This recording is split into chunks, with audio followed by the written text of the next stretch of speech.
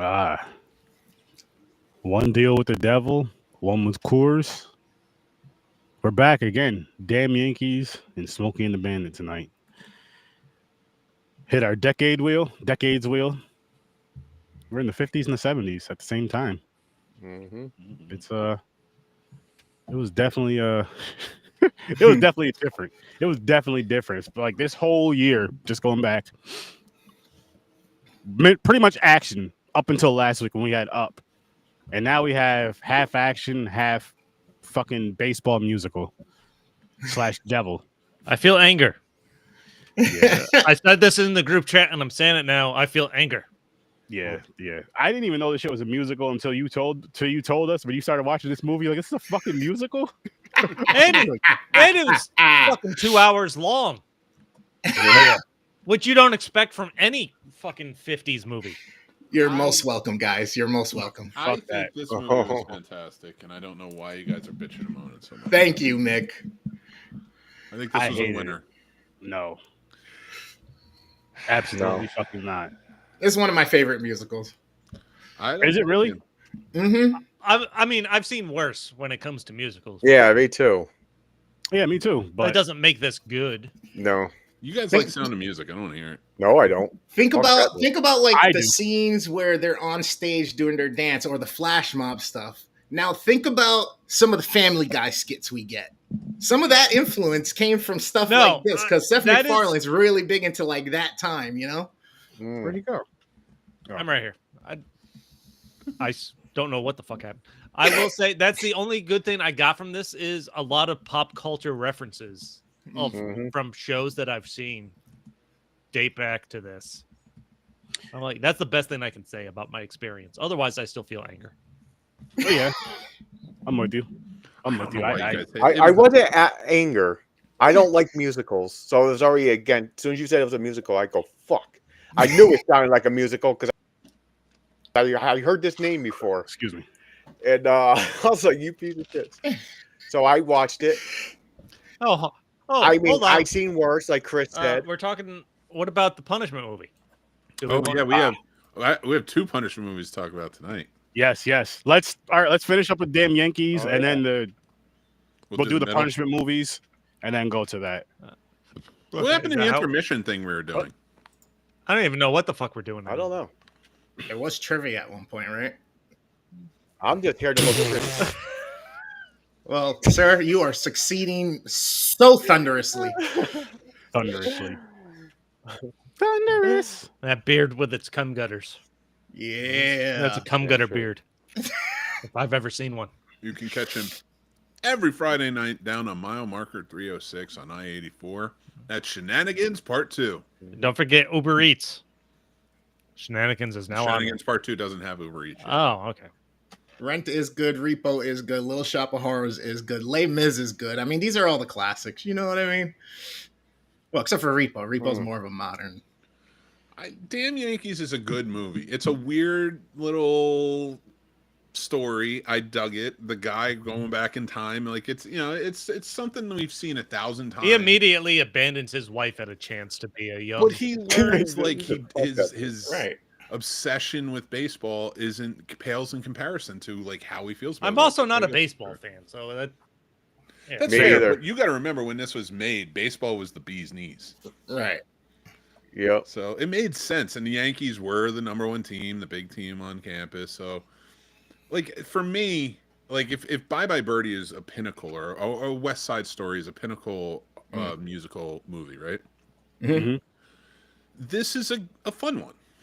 Yeah. This is a fun little musical. I'm not saying you guys ever have to watch it, but I get for the product of it being of its time, it works, and it influenced how many movies and TV shows. Even Mikey in the True. comments is saying classic, and yes, a lot of jokes came from this and on Family Guy and Roadhouse. Like, there's a lot of stuff, but I dug it. I thought it was good. But I also have a theater background, so Damn Yankees music like popped up. So real quick with Damn Yankees before we dive into our ratings and all that good stuff. It came out in 1958 with a budget of $2 million, box office $4.6 million. An American movie, which for those times isn't bad. But I was honestly, it felt so white starting out. I kept waiting for some kind of racist thing to come up. I'm just kind of surprised it didn't. Like, That's messed up because the black guy was the best answer in this. No, they did have like one or two black guys like as part of the team. And I don't want anybody to go thinking that I think he was the best answer because he was black. That is not. That's exactly what you said. That's not.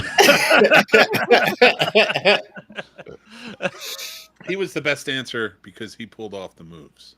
Yeah. Everybody else was like tall and lumbering. That's like I said, this wasn't a great musical. He was able to pull off the moves because he was black, just like you said. Yeah. Even one of the opening scenes where it's showing them talking back and forth about him watching baseball and her hating that for 6 months he watches baseball and she's like alone. That whole situation there, it still shows like that whole absence makes the heart grow fonder thing, you know, and he finally realized. So I really liked all of this. And then the whole like deal with the devil and everything, you know what I mean? Like it's cool. It's cool.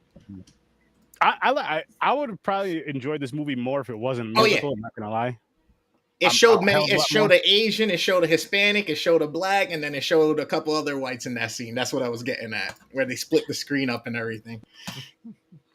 But I don't know. It was boring still. The story, I get the story. Story's cool, but it was still, to me, it was just boring. And then it was a musical.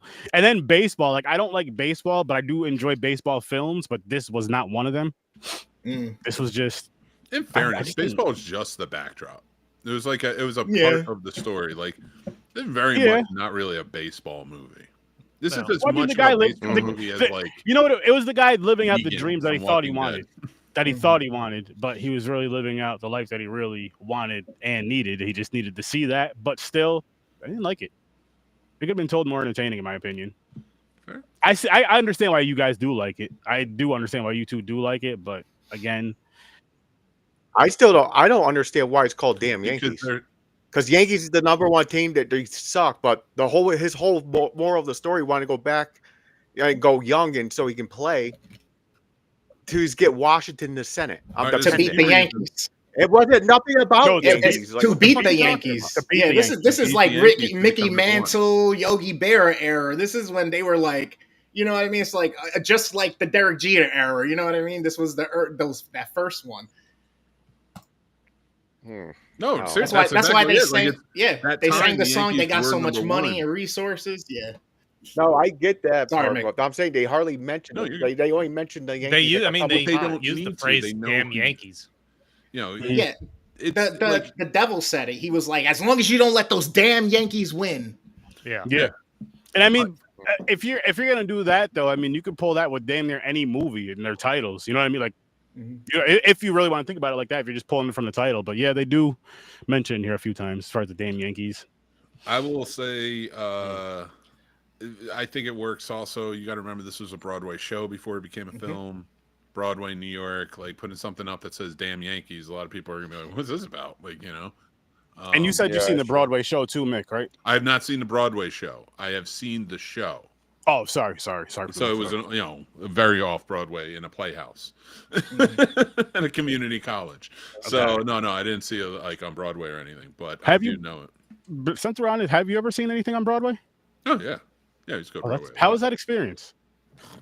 Great. I suggest all of you take your girls to go to a Broadway show. It's amazing. Have a nice night out. I've never been to New York City. Well, then don't go. You were just there. Well, you did. You went to Carnegie Hall, which isn't Broadway. No, I didn't. Where'd you go? Wrong. My wife sang in Carnegie Hall. I stayed at her. Whoa, hold on. You didn't go? James. Why? You were supposed to go. No, because you had to take a train there and you have to walk a lot, and I can't do it. That's fair. So I didn't go. That's fair. I thought you didn't go because that's fair. If you're gonna go to the city, you got to be prepared to walk. Yeah. For anything. Exactly. Or grab a Segway or something. You'll get there. Yeah, I know, but right now I'm broke. She already knew that. Okay, no, I was under the assumption you were able to get there. Just like, nah, I'm just gonna chill here. I was about to start talking shit. No. Yeah. You crazy? That would be a different type of story. That would be her. Mad at me. Yo, James, why are you holding that frozen steak over your eye? Both of them at that. How the fuck are you seeing? Just listening tonight, guys. Yeah. Matter of fact, I'm gonna turn the camera off. I will say, if any of you ever have the opportunity to see, if it's still running, I don't know if Ada's still running, but Ada was good. Lion King, I actually saw them the same day as like the double feature play thing down in the city. I seen Book of Mormon, but the best one was the Lion King, hands down. That shit was phenomenal, and I was up close. It was dope. I didn't see the Lion King on stage. They had that here. I did go to Proctor's when they had it too, like 2 years, a year before. I was gonna say, how are the plays there? How are the shows there? It's fine. It's just a little bit smaller compared to some of the bigger theaters that they do the main ones in. But other than that, the atmosphere and the experience, it's still great. It's a theater. There's I'm gonna start. You can't be like it's a hip hop show. You know what I mean? No. I'm gonna start paying attention to Proctor's for stuff because I do enjoy stuff like that. Hamilton was good too at Proctor's. Nah, I'll skip that. Why? I didn't like Hamilton. it. Was awesome. I hated it. I hated it.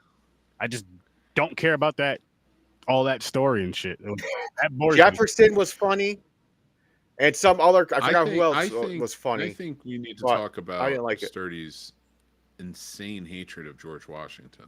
Don't Anything care with about George Washington, and Sturdy's like, I hated it. I'm out. I don't. Like I just don't care about the history and all that when it comes to it. It was boring.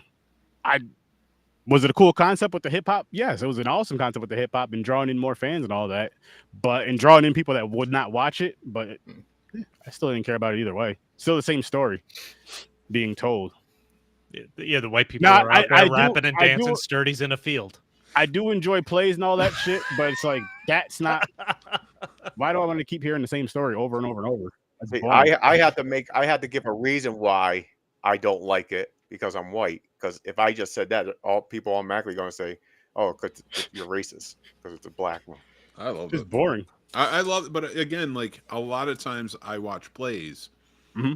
It comes from a place of like, and it's same when I watch movies. Like, it comes from a place of like, look at this set, look at the stage and what they did with it and how they're using it, and like that blows me away. The costuming blows me away. How the dance throughout and using the set for the dance blows me away. Like all of that stuff is so interesting. That's why, like with Damn Yankees, and going back to that, and now I didn't see it on a scope, like a Broadway size scope. I saw it on a community college scope, which was great and much fun.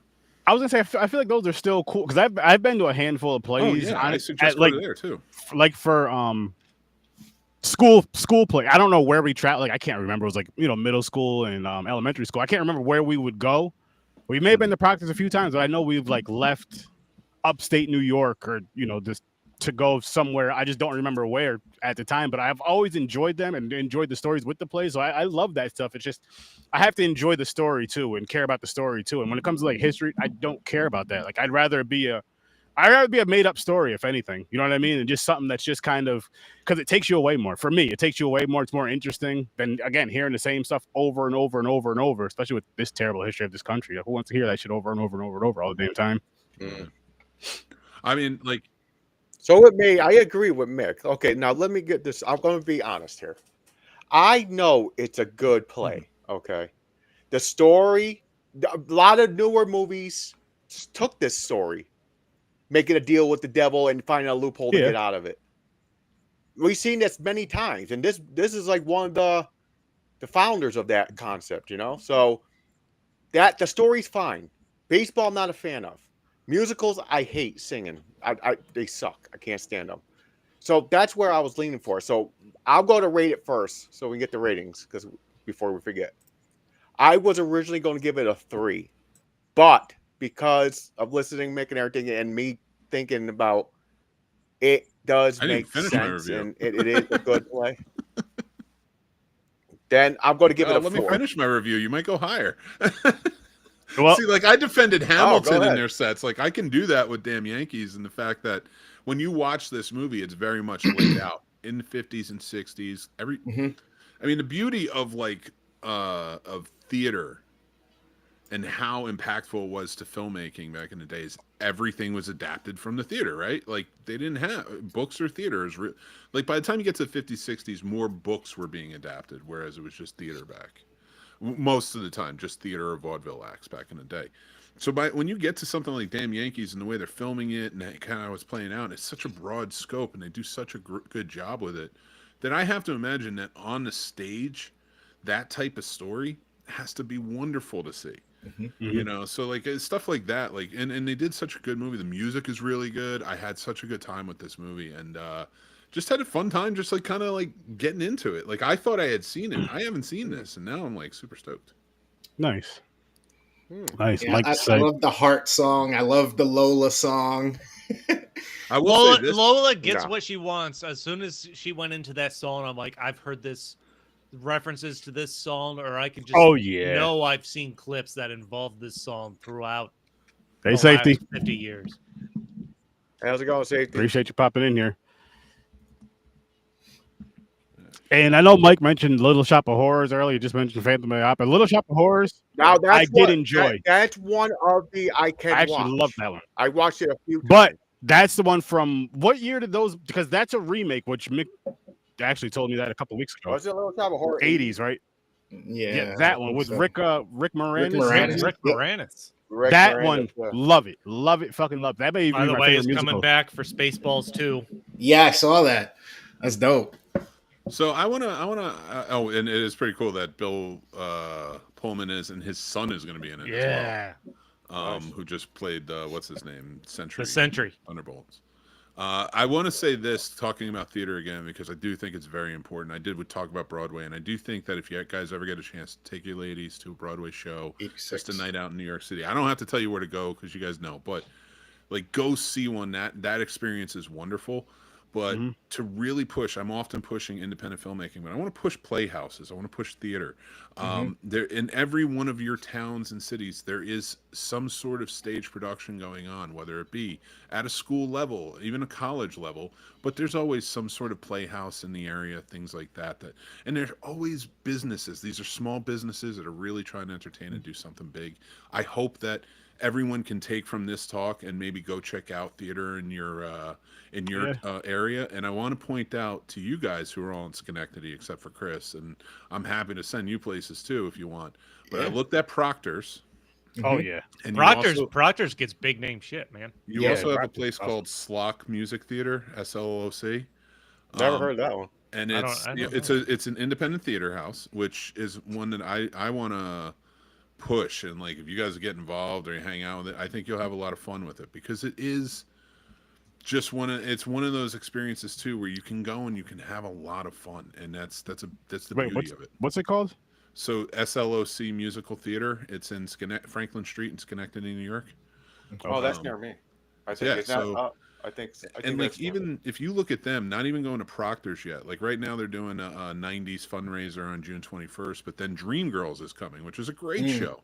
You know, stuff like that. And then they're going to have other shows coming as well. So you want to go check that out. And you never know what little things you want to go see. But I want to push Proctor's, which is a big one that shows bigger productions. Beauty and the Beast is playing right now through July. Neil Diamond's A Beautiful Noise, a great story, and not one of his best, but in my opinion, but like it is a great play to go see. That's playing all the way through the rest of the year. Oh no, I'm sorry, in September. Spamalot's coming. Go see that in 2026. We get Spamalot. Yeah, they come by they come through. Yeah, if you guys haven't seen it, I suggest checking it out. But The Sound of Music. Water for Elephants was a good one. If Proctor's ever burns down, I hope it's while The Sound of Music is going. Yeah, wow. I mean, you guys are covered with great plays for the rest of the year. And like, I just say, anybody who listens or watches, go watch theater. It's important, and it's such a good theater is fire. But what's cool about Proctor's is I'm happy, which I wish I remember the con's name, but the first year they had the con there, I had to bring Horror Research 30 there. I had to do it. I didn't go since, but the first year I was like, it's in my fucking hometown, where I was born and raised, not too far from there. So it's like I fucking had, and it felt so good. It felt so dope to go there to do that for the first one. But yeah. Now what's dope there too is So they have like they're the J Street. They did it last October. Now they're making it bigger. They're doing more like a Halloween horror theme starting. I think they're gonna do something either in October or January, or like a mix of both. But that J Street thing with a bunch of vendors and all that shit there. So I'm definitely gonna start going to that shit because that shit was just fun. And I don't even want to go there to like promote myself. Just go there and support all the other local horror fans and just let them know about the show. But bring it up in conversation. I don't want to have a table. I don't want to do. I just want to go there and fucking just have a good time. Because sometimes it just feels good just to do that. Yeah. Nice. That's awesome, man. That's a great now, thing. will I have my logo on? Fuck yeah. Yeah, of course. You should reach out to them and like invite them on, like invite guests on your show to talk about that. I should. That's a great Yeah, a man. lot of fun. Dude, talk some more and talk about that. Film Schenectady, film Albany. Get some of those people on horror with Sir Sturdy. Or Popcorn and Pints too. Or we can bring them on this. I mean, we're all there. Three of us are here. Chris is from up here, or he's lived up here before, so he knows. Schenectady gets shit's filming in Schenectady all the time.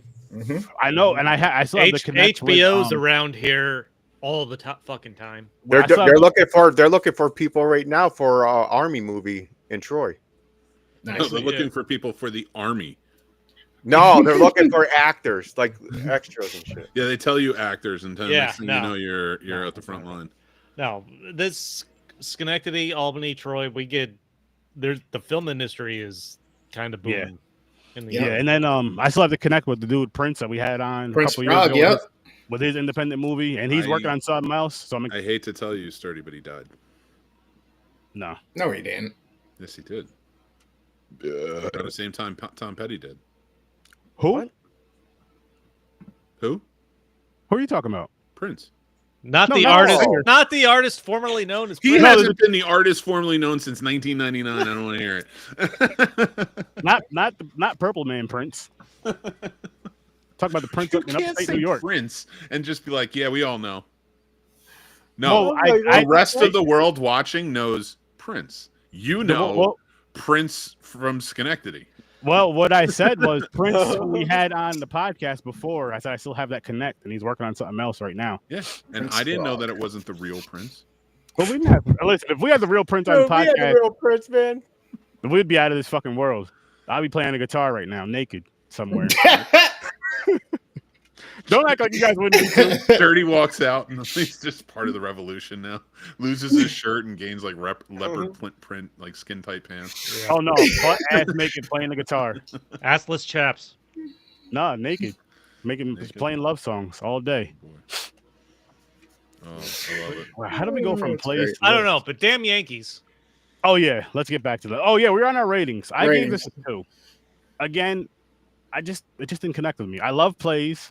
I hate musicals. I won't say hate because there's a couple I do like. I don't like musicals. I love plays. I just didn't like this one as far as how the story is portrayed and all that good stuff. James gave it a 4. Stories. I'm gonna go 3. I think story wise, I don't necessarily mind the story. I'm not a fan of musicals. I think musicals are a waste of time. They don't move the story along for me. I think, okay, they're taking a break from what the story is to sing a shitty song for however long it's going to take. And it takes me out of it. Like, I've always felt that way. Some are better than others, yes. But I don't know. I'm not a fan of musicals. I'm the same way. Wow. You three. Like it's like one type of movie. Uncultured bastards. Listen, I mean, it's not. There's a couple that I like. I'm not. Some are better than others. And then the story. You go up there. Then us I'm cultural heads will be down here. James, you're not one of us. It's like we're on top of you. Like we're better than you. You can say that all you want, but I can't control it. No, the music doesn't add anything to the story. And I want to see a story. I want to see acting. I want to see characters develop. Music doesn't do shit to promote any of that. It does. In my opinion. Yeah. I don't think it does. It tells a story. No. I didn't like the story it told. The story was boring. That's okay. No, but that's fair. That's I why won't I don't argue like that point, but it does tell a story. Like I'll give him that. All right, I know what it's much less. It just makes it so much more ridiculous to me. That's fair. I mean, we did watch Last Action Hero 2 weeks ago, and everybody was like, "Oh my god, believable." They're We did like, not say holy believable. shit! Like, God forbid this guy goes back in time because of the devil. We have people fighting wars at this moment because of stuff they believe out of the Bible. Yeah, but they're not breaking out in song. So that means that in certain people's lives and in their minds, this scenario of Damn Yankees is more plausible than any other movie in existence. Are they breaking out in song though, for no reason at all? Yes, 100%. no. They're tap dancing on the dugout. Did anybody realize that Mr. Devil there, Mr. Applegate or whatever his name was, just looked presidential? Yeah, he just looked like a president with the blue suit, the red tie, the socks. Yeah, Did anybody recognize him? Yeah, I forgot his fucking name. I seen him in other stuff. I seen him in something else. He was Mr. Hand in Fast Times at Ridgemont High, the one who goes up against Foley. One of the scenes I did take note of is when he goes to use the payphone and he's just sitting there pumping change into the payphone. I'm like, what the? How much money is he putting into this fucking phone? God damn! It was a long distance call. It's a long distance call, bro. How much money does it take to call hell? A lot. Oh my God. Hell of a lot. There you go. And my favorite, I laughed out loud at that scene. I did when he sticks. I hate you right the now. idea of the Why are we devil agreeing on sticking everything all tonight? of those quarters. He stuck like $4 worth of quarters. And not even quarter. He probably stuck dimes. He was there for a little while just stuffing all these in.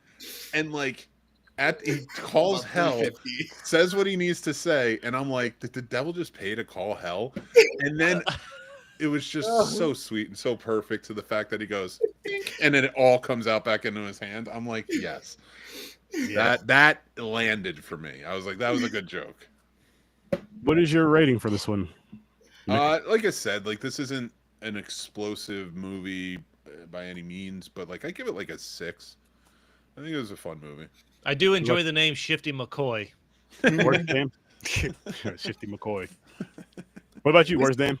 Earlier, this is a 7.5 for me. I'm gonna go with 7.5 on it.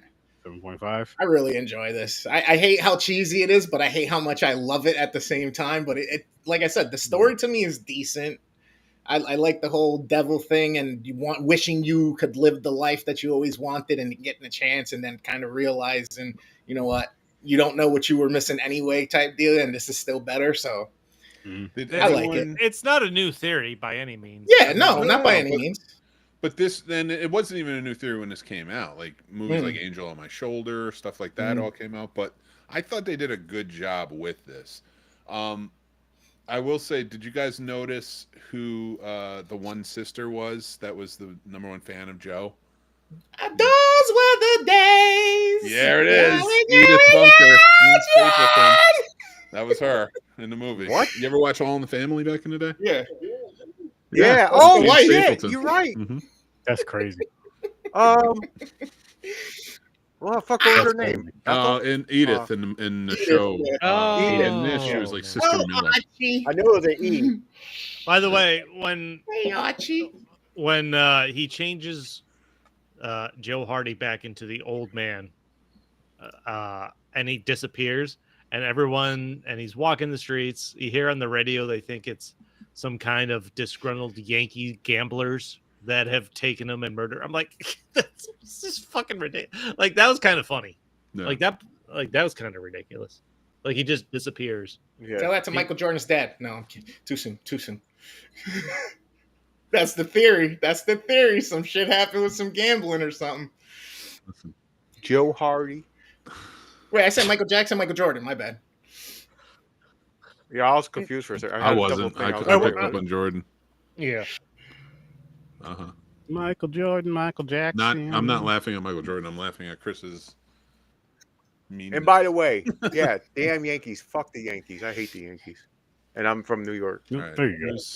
I don't like baseball, but Yankees is one of those teams that's kind of like for football, the Patriots when Tom Brady was there.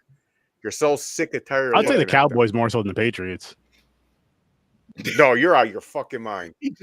You're going by rival. Yeah, It's more not. annoying to me. No, that's a no. You got the it's Cowboys, not. you got their fans. I'm sick and tired.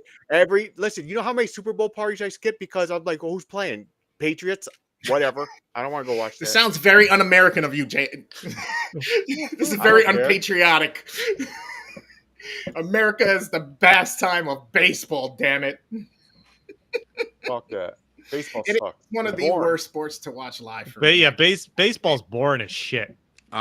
First of It all, is. I disagree because I'm a baseball Better fan. than soccer.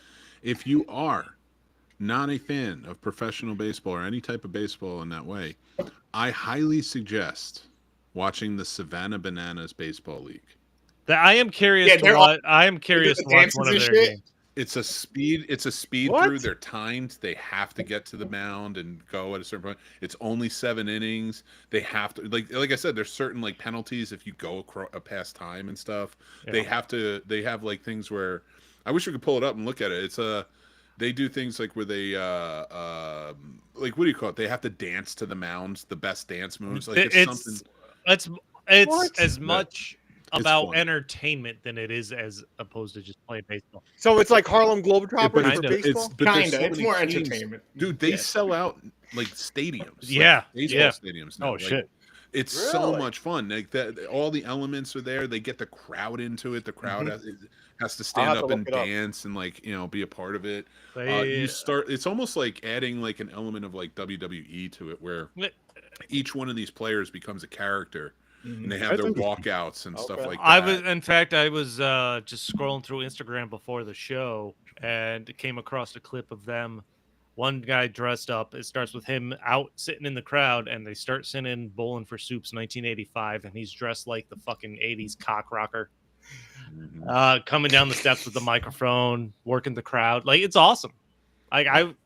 That's something I would actually want to go see. That sounds interesting. That sounds interesting. Like I said, if you don't like traditional baseball, that's one I think you'd really enjoy. Okay, I'll check it out. Yeah, it's very interesting, actually. Fuck those Yankees. But I am with James on fuck the Yankees. anything else about damn Yankees before we move on to Glad our, it's over. Nope. I say people watch it. I say give it a chance. Don't listen to the 3 curmudgeons. Well, I'm never gonna tell you not to watch a No, film. I will because you may say enjoy it, there's- but I didn't like it. The only reason I can think to recommend watching it is if you're curious about certain pop culture references you've seen over the years. There's a number of things that come from this. Yeah. I mean, you could be a fan of musicals. You may enjoy it. You might just want to just shit. Yeah, but you'll watch like there are things I watched in this movie that they said or they sung, and I'm like, and I was literally sitting there watching it, and I'm like, wow, I've never seen this before. I thought I had seen it. I could see in the play and stuff like that, but like movie wise, my brain usually sticks to stuff, what I've seen, and I'm like, wow, I've never actually seen the thing. Now, mind you, I saw the play 22, 23 years ago. It's not like and I haven't seen the movie, so it's not like I remember every song off the top of my head. But I did, because as soon as they started singing, I started singing again. Because where I saw the play was at the community college. So the community college I worked at had a huge theater, an amphitheater where people can go, and we did big shows there. And then we had like this black box theater, which we did smaller shows in. I was working in the black box theater while they were doing that show. I didn't always work on musical theater. I worked a lot more on the dramatic side. And yeah, honestly, like I just think working in that theater, listening to the rehearsals of all those songs, not being a part of it, but just being there and everybody, I think it just stuck, because when they started singing, I started singing too. And I'm like, and that's happened to me before with movies that are Broadway shows. I'll remember the songs and such, but yeah, that's so it was fun. It was nice. I like that. That is the one moment of realization I had in this, when she starts saying whatever Lola wants, Lola gets. She goes into that song. I'm like, how do I know this song? They used it for marketing with things back in the 90s. Like this has been used in probably so many things. Like I knew this song and I've never seen this movie. Yeah. Yeah. Yeah. Pop culture. Pop up video in culture. Poppy up. Poppy uppy. Oh, we're doing roast now? Are we doing a roast? I don't know what we're doing now. Or the punishments, or what? Yeah. Yeah, the Are we punishment. talking Why real don't we life? talk about, because I only had one, Like, we had Tree of Life, so let's talk about that first, so we're all involved, and then I'll like I purposely didn't take that notes movie. because I want to forget that I ever watched this. It was at least visually stunning. That's it. But Music it was made good, too. no. Listen, I got lost. The dinosaurs started popping up. I'm like, am I watching Discovery Channel? What the fuck is going on? I got lost for. I got sick of this minute. shit quick. I was complaining within like the Oh first my 3 fucking God. minutes of the movie. I think I was in the group chat like, yo, there's Like, fucking 3 fucking minutes in. Nobody nothing's talks going on. higher than a whisper. It's almost just all over, dubbed over in a whisper. When there are It made me fucking hate people, Brad Pitt. It I was was like, there's 20 minutes where it's just music and fucking space. I'm like, this is the worst moment of my life. And you know what? I gotta say this, Brad Pitt, fuck you. Fuck you for making this fucking movie. You should have I turned this can't wait to fucking movie watch down. F1. Fuck you. No, this is somebody that's so willing to do anything to get an award. They would have taken the award up the ass if they meant they could get it in public. I'll Has he been to say- Diddy parties? What? He may have well been. Like, this is just, so whoever put this movie together just wanted an award, and they thought this was an artsy way to do it. That is the feeling I had, because this is garbage. The story was boring. It's about a boy being a father's a They dick. don't even tell you how Then the son fucking dies. Yeah, I was about to say that. I'm pissed. It made me so Like, fucking bad. I'm like, how did he die? Like, you eventually learn that one of their 3 sons dies, and he's 19. My best guess is it's like the 50s or 60s or whatever fucking decade it is. I'm like, maybe I assume it must have been in war. They give you no fucking clue. They don't even show him Nothing. older than like an 8-year-old. No flashback. I'm like, I don't give a shit about these kids when they were 8. He dies at 19. I can't wait. I want to see this whole family die. That's Damn, bro. I'm already hate Sean Penn too. Like, I've just grown to hate Sean Penn over the years. It's hard Wait, to when did argue you hate- that. The trio of fucking life. Just Like, okay, you had a bad dad. You had the same bad dad everybody had in the 50s when everybody just walled themselves up and didn't believe in feelings and emotions. Like, okay. Facts. One of my viewers said somehow Palatine came back. Oh, and the kid just had a funeral. Oh, so they seen it too, so they understand our pain. They completely ignore the Yeah. third kid. They only show Sean Penn as an adult, the only one that survives out of this family for some reason. Like, later in a more recent time. Like, he's on the phone. Like, he leaves a phone message for his dad. Technically. Yeah, I know. Well, I'm like, I assumed he would have some kind of interaction with him as an older person then, but no. Oh, this the movie point. fucking sucks. I didn't even understand the point of this Yeah. fucking movie. This oh my god. Was It it wasn't funny, as Chris? bad as The English Patient, but fuck this movie and fuck The English Patient just because I thought of it again. This is Johnny's fault. We're blaming is Johnny, right? This is 1,000% Johnny's fault. Oh yeah. By the way, okay. Let me get this off my back real quick because he's not here to He's roast. in the chat. I don't listen. I only met Johnny like maybe one time before recently. I might have met him on something, but this is a bad start to becoming a friend with me. Sorry to tell you. Yeah, but he hates speed. Yeah, fuck Speed too. Yeah, no, you're right. And if you Fuck like Speed, Speed, I too. gotta question Speed our 2 friendship. sucks. Speed 2 sucked. Oh, Speed But- 2. Oh, Speed 2 Speed is is way awesome. worse than fucking Speed's Speed. awesome, and you're a maniac. All right. Speed was Are you guys ready to learn about this movie, or are you just going to bitch about it the whole time? I want to movie? bitch about it more and pretend I never saw it. Tree What of Life. movie? Tree of Life. Now, listen, All right, it's let's it's a Oh, long I movie. thought I forgot Let's about let it Mick already. talk so we can attack him. Yeah, there you go, I don't Mick, want go to ahead. attack. Stand up I for gotta the pull up my movie. notes. All right. So Oh, Chris is probably like it too. Hold on, wait, we gotta get real quick. Is it us three versus you two again? no, Did you like this movie, Chris? Did you like this, Chris? What? Real life? First game? Yeah. No. Yeah. Okay, cool. Yeah, so fuck you, Mick. Okay. He didn't even say he liked it. I don't care if you liked it or not. That's not the point. My point being is, yes, we can say it's stupid. You could say how much you hate it, and I will not put you guys down for that. Your ignorant reviews of the movie. No. Like, listen, is this a movie that I would say everybody needs to go out and see? No, it is. It's, let's face facts. It's the exact reason people liked Jackson Pollock. It's because it's Terrence Malick. He's an existentialist. He just goes out and he makes movies that are beautiful. They really are. They're beautiful. They have meaning to them, but they're weird. They're weird. And this is one of those movies. Tree of Life is a good movie in the sense of if you appreciate the art behind it and what it's trying to say. Now, is it a good mainstream movie? By no means. It's not barely a movie. Like, but the themes in the movie, the themes of grief and loss, which are prevalent, the themes of a Christian base and the Christianity that follows us, and like sort of how he's showing you how through years of trauma of growing up, especially, you know, generational trauma, that's a cycle, right? And how you grow up through that and what you're actually going through and seeing, how do you make sense of that?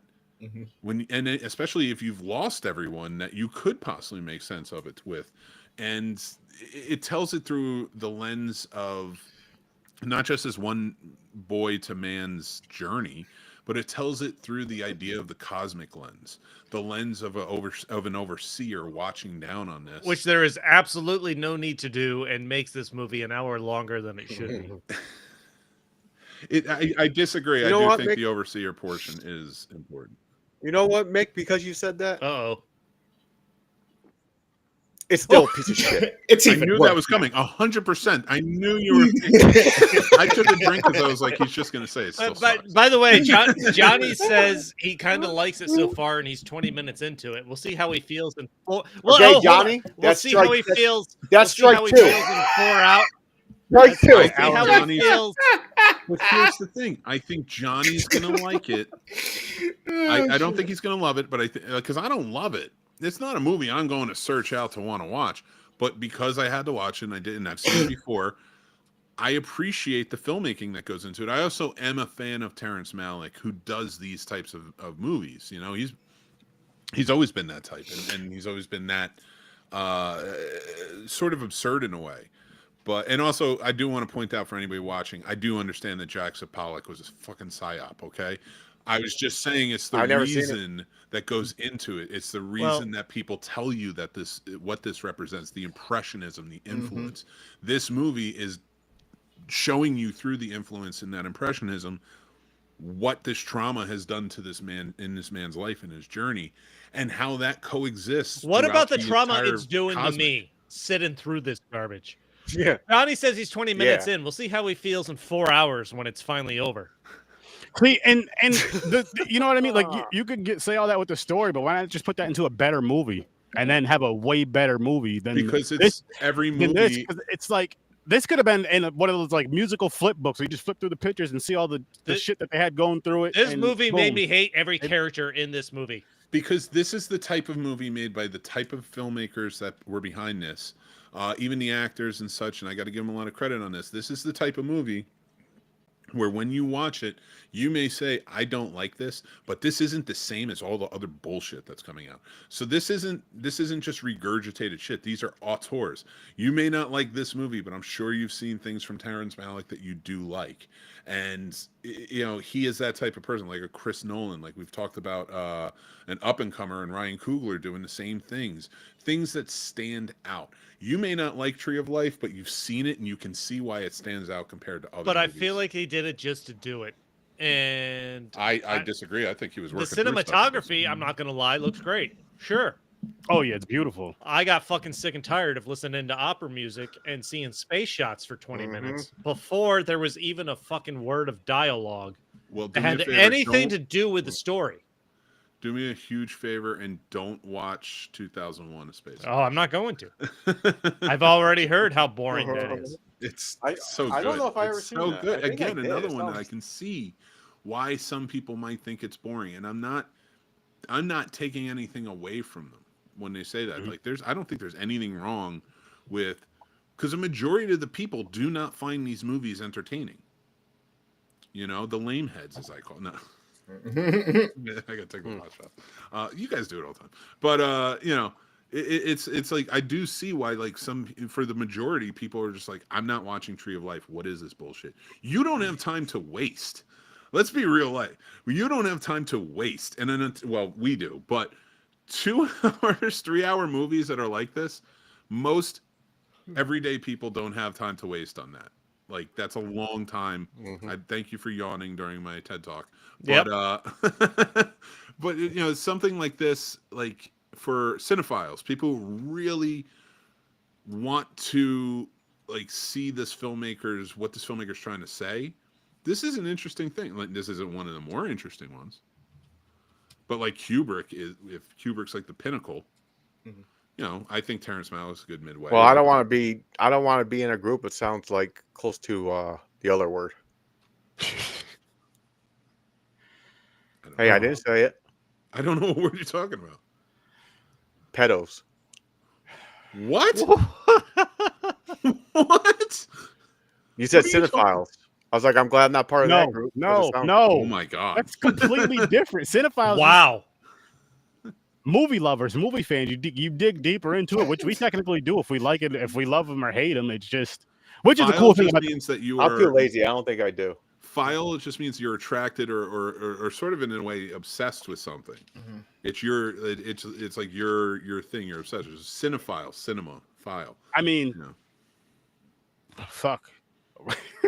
Between all of us, how many different times are we talking about movies throughout the year, throughout these shows? That so what would it be if you're obsessed with masturbation? You'd be Johnny Sturdivant. There you go. There you go. Good name. From Ohio, not from North Carolina. Next time you got to show up to defend yourself. We have to make that clear. I love Johnny. Not the legend Johnny Sturdivant. He's new to the group, but he's fun. Yeah, we do blame you for this, Johnny. I'm gonna need some reparations for having to watch this bullshit. This is first off. This one. You're already on strike too. This was your black primary. Yeah. Like, if you wanted to explore, we're only talking because of business. If you wanted to explore this family dynamic, there's a story there. There's some bits and pieces, but the way they did this, despite the cinematography, was fucking garbage. It just takes you out of it. It took me out of it. It took me out of it. I don't know. All the hit the dinosaurs. 90% of the dialogue is a fucking whisper over in the background of what's going on. I'm like, you're not watching these characters.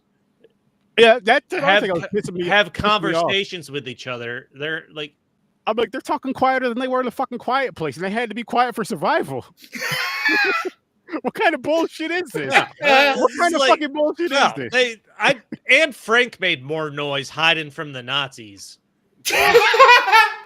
than these people did, than the dialogue in this movie. Yeah. Holy shit. That shit is wild. Oh my gosh. I'm just waiting. I'm waiting to talk about my movie. I hate you. Oh my gosh. Helen Keller. Helen Keller makes more noise than any character in this movie. Well, I mean, if we're talking about Helen Keller from that film that we all know and love, she should. She's a hero. Yeah, if we're talking about the pilot, yeah, she knows. Helen Keller learned how to talk, right? I was there. James is president of the fan club. He knows. So now, she would make noise. Yeah, but she didn't hear it. All right. We need to move on. Yeah, Smokey and the Bandit. Smokey and the Bandit. No, we're not yet. Now, I gotta announce this because this is some fucking bullshit. Yep. Okay. Mick got a punishment movie from Chris. Damn right. Oh yeah. I need to be a bitch more often. Get some great movies under my belt. Nah, fuck First that. of all, stop listening to the narrative that he makes up. I didn't do it as a gift. I was trying to hurt him.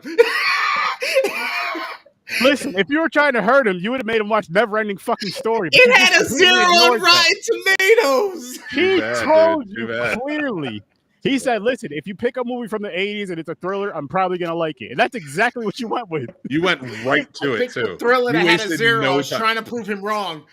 You went to 8 Million Ways to Die, and I'm like, I don't know if I've heard of that. Like, because I've heard the other ones. Oh my god, it's so. Look at it. That's Jeff Bridges. Yo, it looks like it looks like a cover to an erotic book. Wow, even I want to bang him. Look at that. It is. Oh, it. First of all, let's take this downtown. Let's get real. All right. They talked about Tree of Life. We had some fun with it. We talked about Damn Yankees. We had some fun with it. We got the Smokey and the Bandit. Don't worry. But let's talk about 8 Million Ways to Die.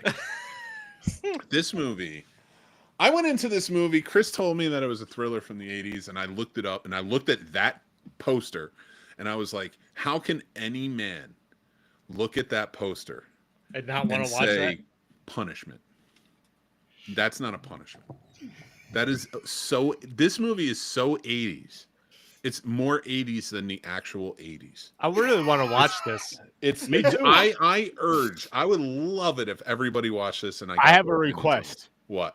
I think at least with this group here, we should do kind of a commentary thing with this movie. I'm down. It's so good. And like when I say it's good, I want to just sorry to cut you off. I'll even throw it to you guys like this. Let's all vote on it right now. Next Saturday for PNP. A PNP episode of us watching the movie, kind of talking about it, and we'll have it going how we did for the Friday the 13th marathon. Because the way this guy's been talking about this movie since he watched it, let me finish talking about the movie. Yeah, you're just getting excited. Yeah. And here's the deal: is it a good thriller? No, it's not a good thriller. It's like I don't know that it deserves 0%. I don't know who rated it 0%. Like you have powerhouse actors in this as Jeff Bridges, Rosanna Arquette, Andy Garcia's in this movie with a ponytail and everything, like a little itty bitty like drug dealer ponytail. Everything about this movie, like one of my favorite movies of all time is To Live and Die in L.A. And if you've never seen it, it's a William Friedkin classic. It's one of the best thrillers of all time. You don't have Heat. You don't have Thief. You don't have all these. Well, actually, you do have Thief. It came out after, but William Friedkin was definitely a huge, influence on like people like Michael Mann and stuff like that. So it was huge. This movie was not written by any of them. It was written by Oliver Stone. So it was going to get bonkers from the beginning. Yeah. Everything in this movie does not make sense for a thriller. There is a point where the main character and the main villain are just yelling at each other.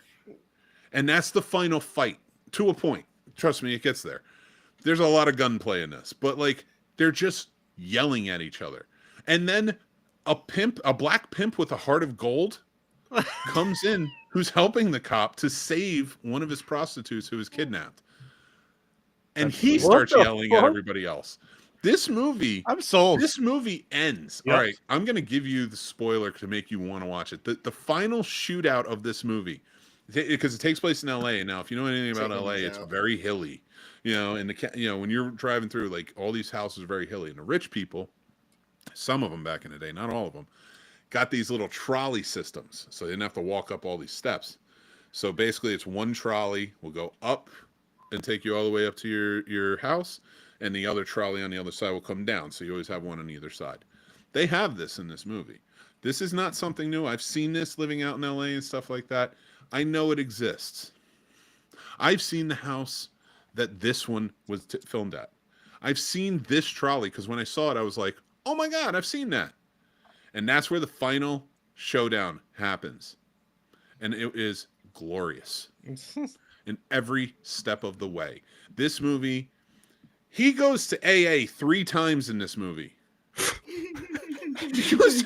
The alcoholism is a part of it.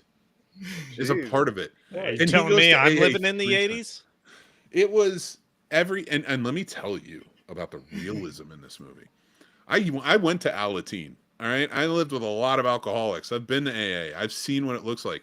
This is the most realistic AA meeting set I have ever. They just had to have filmed at an AA meeting.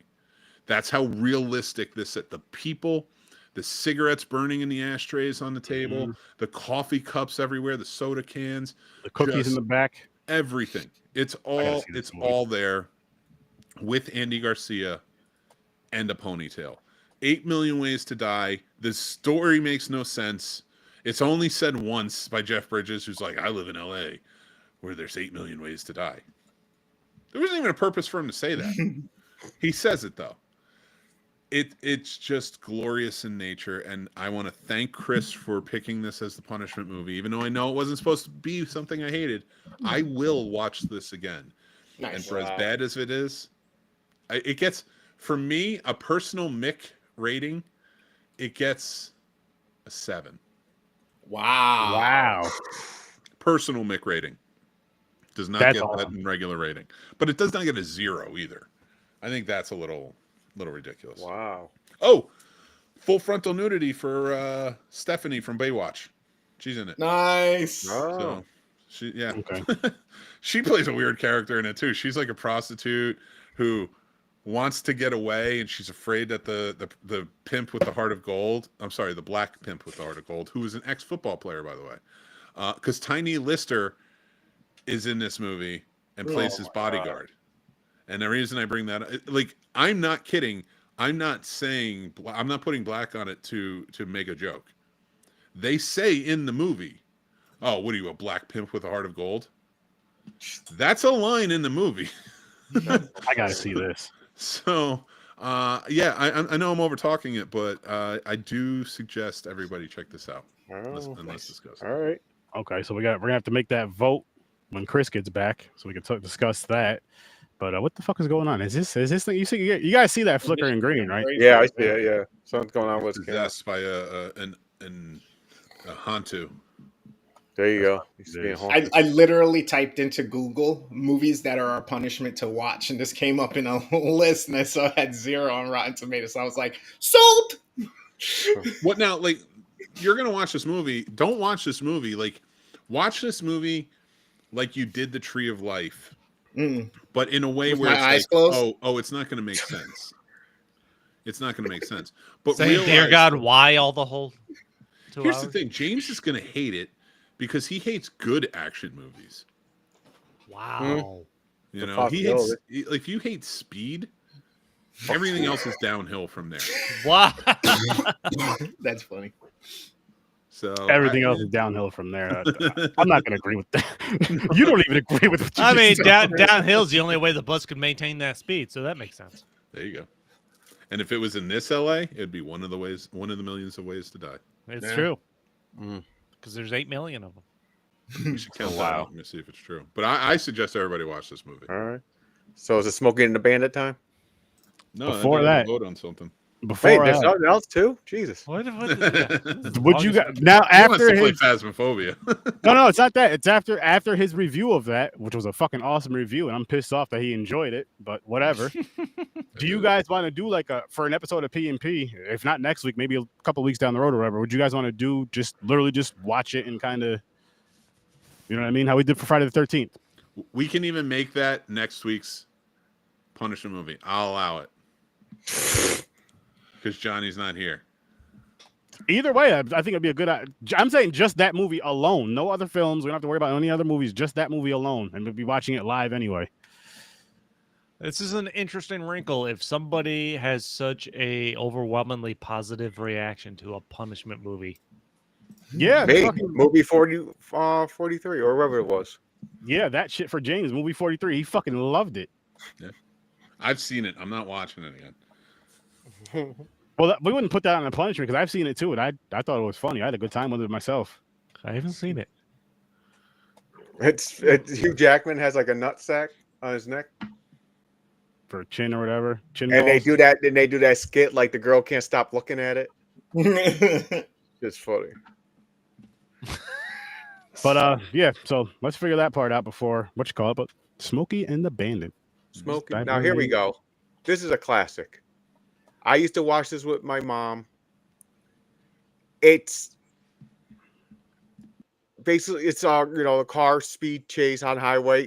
The cop from a different jurisdiction, different state. It's chasing them all the way through all these states. It's a fun, comedic, fucking action movie. It's kind of like Dukes of Hazzard. 1977. So I really yeah, liked I enjoyed this one. This one was fun. I love This this was fucking fun. movie. I watch this once a year. I think Oh, I wow. realized I've never actually watched it beginning to end, and it's the first time I've actually watched it. I've only caught like pieces of it as it was on TV. But So let me ask the you first 5-8 minutes of this movie, I was hooked. I was in just I'm the same. Yeah. I've never the actually way seen he this. is. Yeah. Yeah. Well, as a trucker, as a former trucker, and I realized that this was the 70s, and back then the 70s was like truckers were You're a kings. former everything, aren't you? No, not me, him. He's talking to me. I'm asking Chris. Oh. I did not All right, understand any here's of the the deal. trucker language going on in this. Why do I Yeah. why do I podcast? Because yes, I've done almost fucking everything. I just fucking went out and did shit. When you get your ass kicked at home, you never want to be home. So you go, because this is like the fourth time somebody said to me in the past 2 days, "Wow, you did? Yeah, oh, Mick knows he's done a lot of shit." And it's like, yeah, I fucking have. Yeah, I gone out. I had to fucking go do shit, and I had to make money. So, like, I know I wasn't a truck driver, but that's why I'm asking him. He was a lot lizard. At mile marker 3. Listen, He was just watching taking over care one of of the- truck drivers is an important thing. It He is. was watching over one of the glory holes along. Oh, the so road. that's how and you I will two tell met. you straight up, you can get as angry as you want about this. I did work with truckers, and I'm not going to tell you how. You gonna tell us how you guys work together, Chris? No, he was a lizard in the fucking truck stop. Ohio County Road State No, but- Highway Mile Oregon, marker. Baker What was City, it? My Oregon, bad. you bastard. What was your Someone question keeps for those- him though? someone For keeps Chris those for the trucker, glory because you holes were on. asking about this like last week too, or you were Well, thinking like, about it. you know, being a trucker, what'd you think? What did you think about the trucking element of this? It's exactly pretty much the way it is. You stop off random places, talk to a few people if you become familiar with them. The if old you have choke a and route. puke. Yeah, eventually you get used to people. And sometimes you run into people literally as you're driving down the highway and just, you know what I mean, type shit. There's an etiquette, there's a code. It's a whole subculture. It's fucking dope. I'm not gonna lie. It was one of the most fun jobs I've ever had. Another trucking fun movie is Convoy. Yeah, Convoy is is Smokey and the Bandit without the comedy. Yeah. And the cool car. Like it's So it's a more serious tone to this movie, which would that'd be interesting. It's Ernest Borgnine plays a sheriff of a small Texas town who is hell bent on murdering the head of this convoy, this truck driver, this guy called Rubber Ducky, and the whole there's a Gatling gun in it at some point, and that's all I'm gonna say. Of course. But the thing is, like, it's the truckers start getting angry at like the and they kind of do their own little strike thing, and they get this whole huge convoy together, and like it shows a lot of like what the 70s was at the time. It's really fun and wild, and I would suggest watching it. Yeah, I agree with James. Like that's a fun one too. I think you guys might like that more than this, but this is a better movie. This was a fun, solid hour and a half for sure. What one of the more ridiculous things, even though because there's so many ridiculous things in this, but you're into it because you're just into the characters and the story. Like the sheriff and is it his son? Yeah. The sheriff's son, like their family, right? Yeah. Like, the son doesn't give a shit. Or any indication that he gives a shit that this chick left him basically at the altar. The sheriff himself is who is upset that she ran out on the wedding. Like there's no like he never gives a sign other than the fact that he's dressed in the tux. Does he care or that he can understand emotion because of how dumb they make the character? And the sheriff hates Smokey. Yeah. Well, it's not even that. I mean, not Smokey, I mean Bandit. Are they He's even? Smokey. Is he going through the effort that he is to chase down Bandit if the girl that just left his son at the altar isn't with him? Yeah, good point. I don't know. So, that guy played Tarzan in like the 60s movies. Oh wow. So he was just like always this hulking dude. It was like The 60s sheriff? movies. The son, sheriff's son. the son. The sheriff, Buford T. Justice, played by Jackie Gleason, who was Honeymooner. Oh, fucking Jackie Gleason. Okay. Yeah. God damn. Just a comedic genius. Yeah. And in this movie, delivers his lines perfectly. When Yep. he's talking to that black sheriff and the sheriff's like, this isn't germane to the situation. He's like, the Germans ain't got nothing to do with it. Yep. Or like he runs into my favorite line in this movie is when he runs in and he's like, get me a Diablo sandwich and a Dr. Pepper and make it snappy because I'm in a goddamn hurry. He delivers every line perfectly. It adds the right amount of levity. Speaking of his lines, my favorite made me really laugh is when he was talking to the son, where he goes, "I can't believe you came from my loins. The first thing I do when I get home is punch your mother." Oh, that was great. That was the best line in the movie. That is Yeah, I was like, "Holy shit!" I wrote that down. That shit was funny as fuck. It was so good. It really was just like this whole movie from beginning to end. Oh, and Jerry Reed, who plays the truck driver, Snowman. Yeah. And he also sung the song. It was one of his biggest hits, Eastbound and Down. Oh. And you might remember him. He's been in tons of things, but one thing I think all of you would remember him from, he was the rival college football team's coach on The Waterboy. Yep. Oh, shit. That was his last movie. That's why I want to mention it. Oh, James, I wrote it down as the quote. As soon as I get home, the first thing I'm gonna do is punch your mama in the mouth. yeah. But you gotta remember how he delivers those lines. Yeah, I know. That's what I know, Like, but- snide. Like, first thing I'm gonna do when I get home is punch your mama right in the mouth. And it's like He used to do that for the this was a honeymoon. Jewish New York kid. You know, like he leaned into this sheriff, Yeah, he did. this racist, mean ass sheriff the entire time. Who could give a shit when it comes time to have jurisdiction. Anyway. Yeah. He didn't give two shit. He He probably even know what thinks he's that the meant. best sheriff in the world. Everybody knows him like he's a celebrity. Here's the He's best like, part. you know He who was I am? He was like an East Texas sheriff. Mm-hmm. They Fuck, never dude. went to East Texas. Texas. No, that's where they picked up the Coors. No, they went to Texarkana. They were actually in Arkansas when they picked it up. I thought he said Texarkana, Texas. I could swear he didn't go to. Oh, maybe. I mean, I know that he didn't go to. Well, no, they weren't in Texarkana. They talked about Texarkana, but I could have swore he went to Arkansas. Huh. But whatever. I don't Where did he pick her up that, at on the side of the road? He gets her on the side of the road outside of wherever they picked up the beer. Yep. They were on their way back in a different state. So that's true. They weren't even in Texas when they met this guy.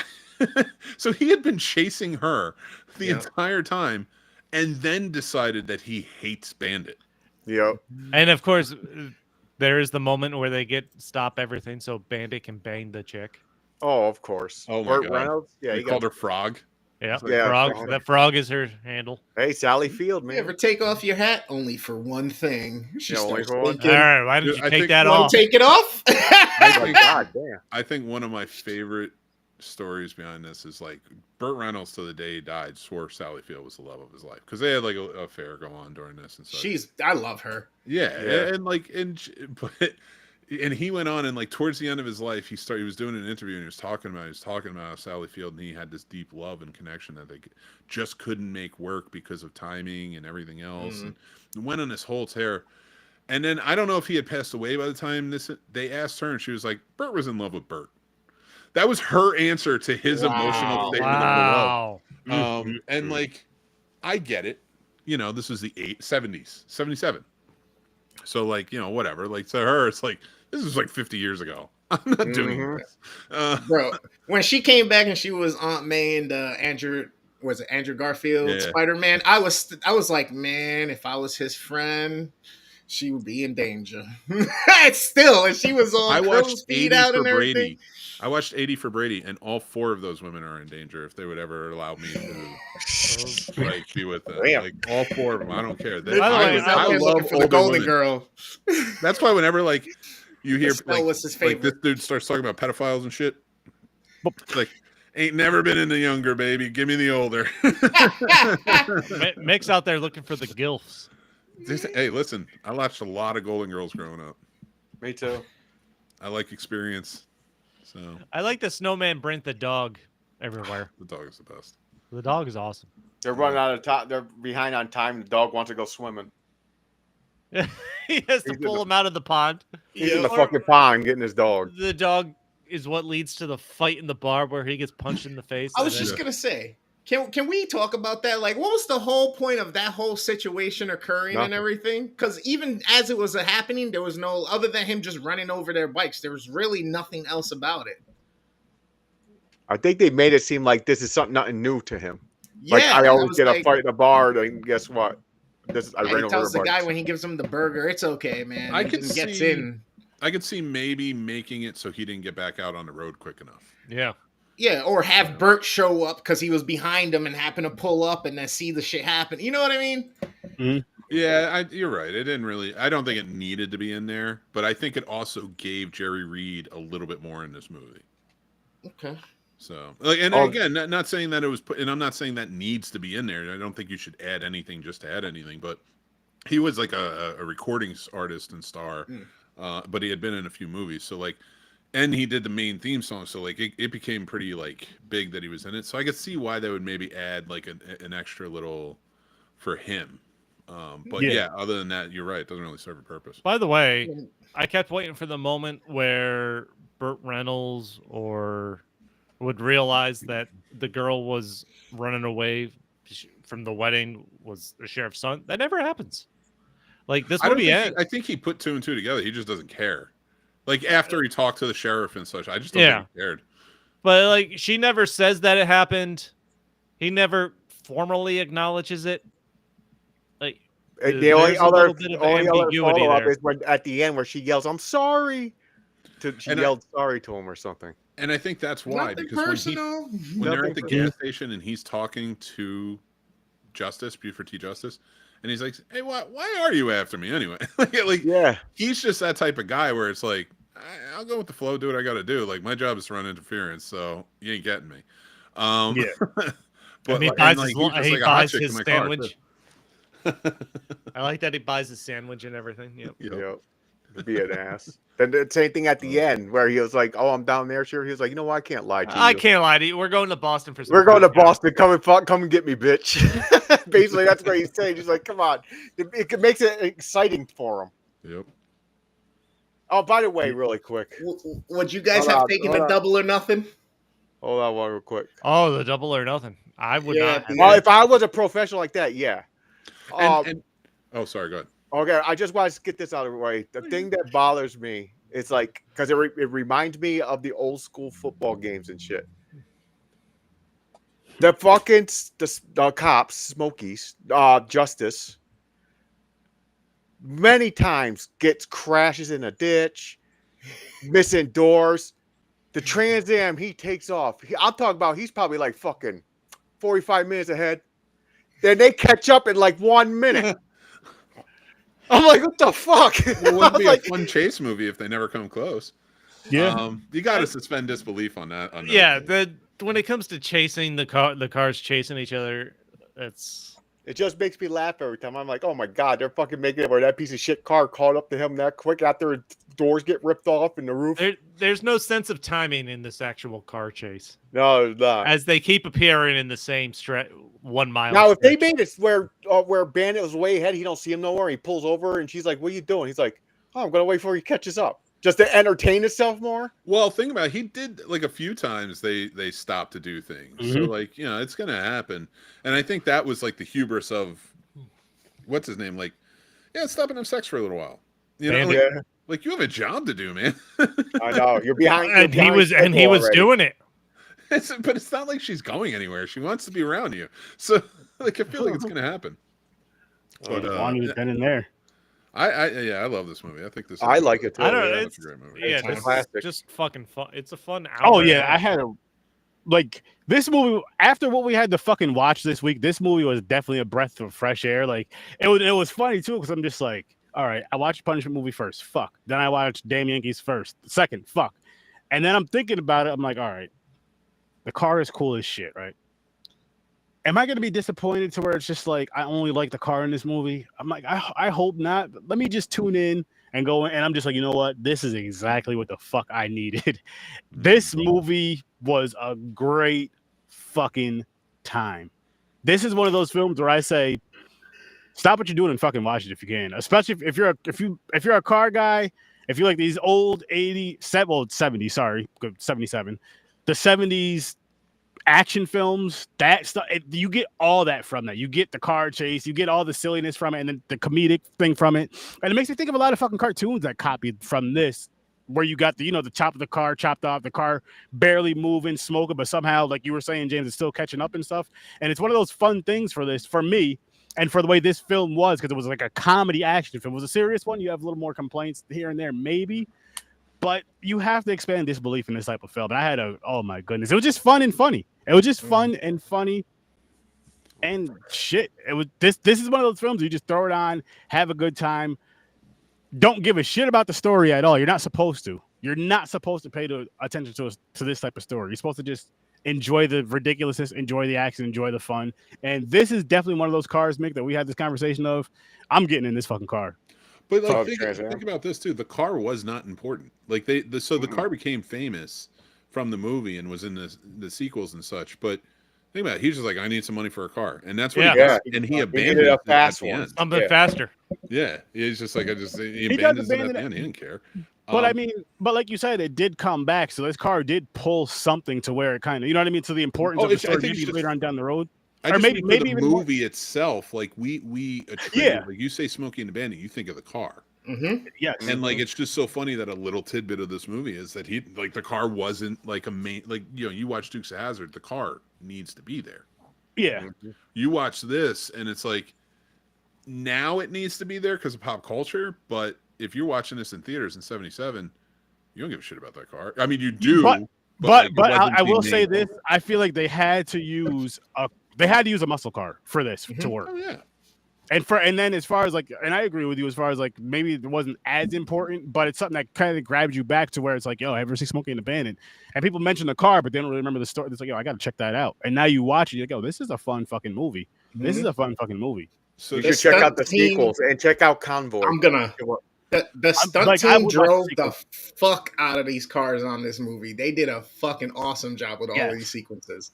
Well, I wanna to Convoy again. Yeah, watch Convoy. It's a lot of fun. But if you really like this movie and the way Sturdy's talking about it, you should look up Hal Needham. He was the director of this movie, and he directed a lot of movies. He started out as a stuntman who stepped in and he got into directing, and he a lot of these big like action-y movies can be attributed to his movies that started this off, And the reason I say check out Hal Needham, because all of his tone is very much like this.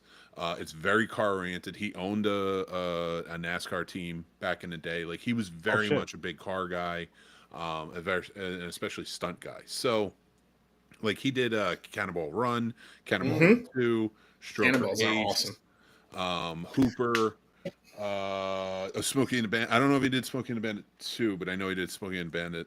So like those types of movies, like Cannonball Run and Cannonball Run 2, we could do on this show as a double feature, because those are two like this. They're a little more zany in its comedy because it's a star-studded spectacle. I mean, you have Dean Martin, Sammy Davis Jr., Burt Reynolds, Dom DeLuise, like, and that's 4 people out of like 70 that are in those movies. And it's about car race across America. And it's an interesting one, and it's fun. And the reason I bring that up is because these were the movies of the 70s and 80s that were really hitting, especially with the cars. And Hal Needham was important to that. I love the Cannonballs, especially since it's become such an actual like real thing in like it's a worldwide thing now. Like it's really a worldwide thing that they put together, sanctioned, talk to towns and governments in different places to kind of give them a little bit of leeway so that they can do their things. Obviously, it's a high cost to get in. You got to have a crazy car. I think the buy-in is like 100 or 150,000 just to get in, and then you got to have like a crazy car. I believe the Cannonball Run started in Australia. It was a race to get across Australia. And then they had done it a few times, I guess, in the U.S. or something. And now, like you said, it's more of a plans, of course, thing. But and this was all like, even this movie, this was all, they were just running the race. The cops weren't in on it. And I think that adds an element to these movies that makes it a lot of fun. They're awesome. That outlaw sort of thing. I wasn't expecting Burt Reynolds to be so fucking good, man. Honestly, I was like, he was a great actor. From the beginning of this movie, his charismaticness and his character portrayal, I fucking love that guy. Yes, he's a douchebag, but he's awesome. A lot of Burt Reynolds movies from back in the day. He was very good. I had to look it up. He died in 2018, so he's been Little Whorehouse in Texas with Dolly Parton. It's actually that's a great movie. That's a great musical too. And like I know how we all just talked about musicals, but that is a really good one. And the music in that is good. Dolly Parton does a great job. I Will Always Love You has a rendition of that because that was her song before Whitney Houston sang it in The Bodyguard. And I like Whitney Houston has the most powerful voice. She was fantastic, and she knocked the socks off that song. But I love Dolly Parton's. There's some, you know, like when somebody covers a song, it's like, oh, you did a great job covering that song. But then when you see the original singer sing it, it's like this. It's like down to its baser level, like they really feel this song because they wrote it. And that's what that song is for me with Dolly Parton. When she's singing that song that Burt Reynolds in the movie, and it's just her stripped down to just her voice, like it was like she's wearing clothes. That's what I'm talking about. But just using her voice, like it's such a powerful scene in a movie called The Best Little Whorehouse in Texas. You know, that's a judging a book by its cover. I think that's a movie that everybody would really enjoy. Okay, good to know. But Burt Reynolds, absolutely. Everyone should watch Deliverance. Yep. But Burt Reynolds was fucking awesome in this movie. Yep. He was really like, again, what drew me in? The car. You guys know this. But then like what kept me was the way he was in this movie, and then the way he was with the car in this movie, because there was a lot of dope shit he was doing with this car to where you see why this film and this car kind of go hand in hand and kind of helped each other in the popularity of it. Because it's like, again, you go watch Smokey and the Bandit, you're thinking of the car, then you actually watch the actual movie. In my opinion, you're like, yo, this is a dope movie. This is a fun fucking movie. And I can see where a lot of movies after this that it just involved cool cars pulled from this, and a lot didn't do it as well. You hear that, Fast and Furious? Like Knight Rider? Knight Rider was dope. And what's dope about the whole Knight Rider thing and this movie, which is personally dope to me, is so my father, I'm not sure what year it was. I don't know if it was a 77, 78 or what, but it was this body style of a Firebird minus the T-tops that he had, you know, that he traded in on the one that I have now, which Smokey and the Bandit, Knight Rider, yes, similar body styles being the same, not 100% same car and all that other stuff, but which I think is just pretty dope and a personal touch for me. And shit, this was a dope movie. But with that said, let's dive into our ratings. I gave this shit a 9. I almost got this as my first car. I talked my dad into it, and he was like, "Fuck it, all right, let's go." Yeah, and then a 300ZX came up in the auction that was T-Bone, and I was like, yeah, that's awesome. But James, what do you give this one, good sir? You know, I really like this. I'm going to give it, you know, I'm going with you, a 9. 9? Okay. Stories from a bar? This is a fun watch, for sure. But I'm only going with a 7. Mick? 9. Worst damn? 9. Oh, sorry. Yeah, this was just a good. You know what this is? This is what, minus the story, but as far as the entertainment and the fun that I got from this from what people were hearing about the film and hyping it up, this is what I wanted the original Roadhouse to be. The feeling I got from that, and that movie, fuck that movie. I hate that shit. That was garbage. But as far as like what you're hearing and then the culture you're hearing from it, with pop culture and references from you're hearing from that, and you go and watch that garbage, fuck that. But this right here is worth the fucking watch. 100%. Yeah. 100%. I'm so happy I watched this movie. 1977, baby. Oh yeah. I'm probably gonna watch the second one tonight after I'm all done. I am curious what the stories even are, because there's a 2 and a 3, right? There's there's a 2, then and everyone comes back for it, and it's good. Yeah, it's fun. I definitely say it's worth checking out. It's just not as good as this one. Yeah. That's why I was saying like maybe watch some other Hal Needham if you really want that like on the level of good. But the second one is fun. It's a fun one to watch, and the car comes back. The third one, they're not even in it. Only Buford T. Justice is in it. What? No, just the first 2 was just the second one, and just because again I want to see where the story goes in part 2. But really quick, are we spinning the wheel or are we gonna do that one off for next week? What you guys want to do? I lost track. Me too. I don't care. We're watching Tree of Life, and then we're gonna. No. Don't put that nonsense in the air. Not Tree of Life. Oh, the 8 million ways to die. Yeah. No. We have to spin the wheel for the. Well, I say the 8 million was because he's not here. We should be punished, and why not use that movie? 8 million ways to die next week. But are we doing that by itself, or are we going to spin the wheel for 2 movies? I think we should do it by itself. Well, I was Sturdy was saying to do a watch in Discord as we're like watching it and reacting. As we're watching it and discussing it and telling people what we're seeing. Not even going deep into how we did it for just like an episode, but we're just commentary, having some good. Yeah, having some fun with 8. These two have been yawning the whole time. I'm exhausted. That's they need to work on that old. You need to take an hour. Your start drinking time. Push it back by an hour. You'll be awake. 2 hours. 2 hours. But all right, 100% be asleep right now if it wasn't for you assholes. Listen, I just got called an asshole by a guy in a unicorn shirt. Deadpool. Who's riding that unicorn? Deadpool is on there. I'm just saying, Deadpool can't be seen.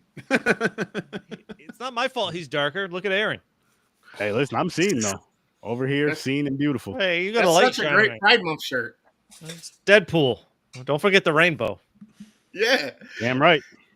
He got tired of the compliments on his Pride Month shirt, so he's so Deadpool into it. This is the closest thing I have to a Pride Month shirt, which feels appropriate. Yeah, it works. There you go. You just wear it the way that you like it. That's all. It is. Yeah. It's still June, right, you motherfuckers? Wait, it's Pride Month? Seriously? Mm-hmm. Yeah. It's also Men's Mental Health Awareness Month. Why? What? Oh, I'm much more fucked up there. Yeah. Especially over Tree of Life. God damn it. I don't know. Something's wrong. Like, why isn't this Freedom Month or something? Why isn't Pride Month? We got Juneteenth right in the middle of it. Fairness, Pride Month came first. Well, I mean, slaves had to be. Yeah, but why? Out of the holiday. There's a whole history to why June is Pride Month. I'm not going into all of it right now. I'm turning so red. My tan made me red enough. Chris, you need to learn to be kinder to the homosexual community and its fellow alphabet brethren. Wow. And theyhood. Google, the alphabet company? I listen. I try to keep up and I try to be respectful. I don't know every identification. I don't either. Nobody does. But I agree. So except for Chris, who wears a week. unicorn shirt. Well, yeah. Deadpool. There's no Deadpool in that shirt. Fucking asshole. Right there. Next week is going to be a good time with this. Oh boy. Good time. We're going to have some fun. Mick's going to watch it again. I'm going to watch it again. He's excited to. I don't know why, but why does that look like that could also work as the cover art for fucking that Grand that Theft movie Auto? No, the movie It looks like a he Grand uses in Theft Auto with, cover. Ryan Gosling, the stunt movie. The Fall Guy. Oh, Yeah, that looks like that could be the cover for the Fall Guy right now. I think there you needs look to at be the a cover- remake, and that needs to be Ryan Gosling. I think so too. I agree with you. Oh, I want a remake of this movie With Ryan so Gosling. bad, so bad.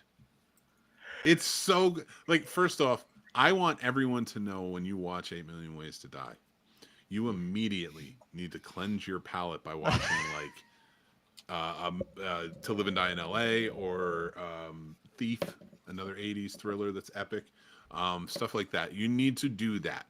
Because if you don't do that, 8 Million Ways to Die is going to stay with you forever. I am concerned Mick is pumping this movie up too much. Okay. Mm-hmm. Yeah, I think this is a psyop. I think this is reverse psychology. He I can't would wait be to more punish us concerned No. if more. I wasn't willing to watch it again. No. I know him too well. And the way that he'll just bring this movie up in conversation is not something that he hates. Okay. Trust me on that. The way this man brings this movie up in conversation is not something that he hates. Because he wouldn't bring it up all the damn time. Wouldn't I? all right. No, not in this way. Wouldn't I I know be- how you are. I know how you are when it's Wouldn't a I movie that be you able fucking hate. to It was play so along bad he for wants long his enough nemesis so that for way I real make you all comment watch to it watch live it. on the air? No, because your excitement for this, trust me, I wasn't. I've learned you over the years. He's I've learned learned you. you over the years. I guess we'll see if you like this or Tree of Life better. He has learned you. I don't think that's going to be a question. It's going to be. Do they hard say to more not than drop fucking Tree of 6 Life. words in the first 30 minutes of the movie? Oh, they say a lot of words in this. Is it all whispers over what's actually happening and not characters actually interacting with others? Most And of honestly, it is just unwarranted anger. And That's what yelling. That's how I felt watching Tree of Life. the only whisper thing that we accept is, wait till you see, man. That Tree of Life bullshit, fuck that. Dude, you know what the I don't want to say the best part. The You know what entire the craziest dialogue, part is the entire dialogue of Tree of Life sounded like James when he has his hood on.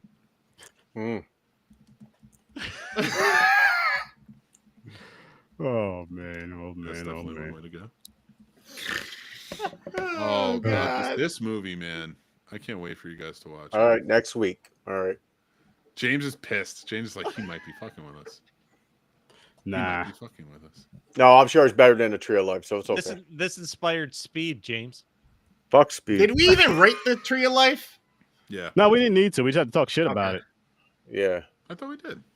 Oh yeah, I did. I gave it a 3 or something like that, or 4. I don't remember You gave it a anybody 4. rating the Tree of Life. I gave it a 6. No, he gave damn Yankees a 4. Not Tree of Life. Oh. Yeah, I think I gave it like a 3 or something. God, this movie. I'm just watching. I'm just looking at pictures of it now and just enjoying myself to rewatch it again. See? I thought I wanted to go to bed. Now James looks even worse. But with that said, people, we are going to get on out of here. Make sure you guys go check out Stories from a Bar. Make sure you guys go check out the Scene Snobs. Maybe not check out for Worst long. Damn. Fuck this Check movie. out Worst Damn Gamer Ever. Check out Horror with Our Story. And of course, be back here for Popcorn and Pints. Popcorn Pints. We'll see you guys next week. Thanks for popping by and peace.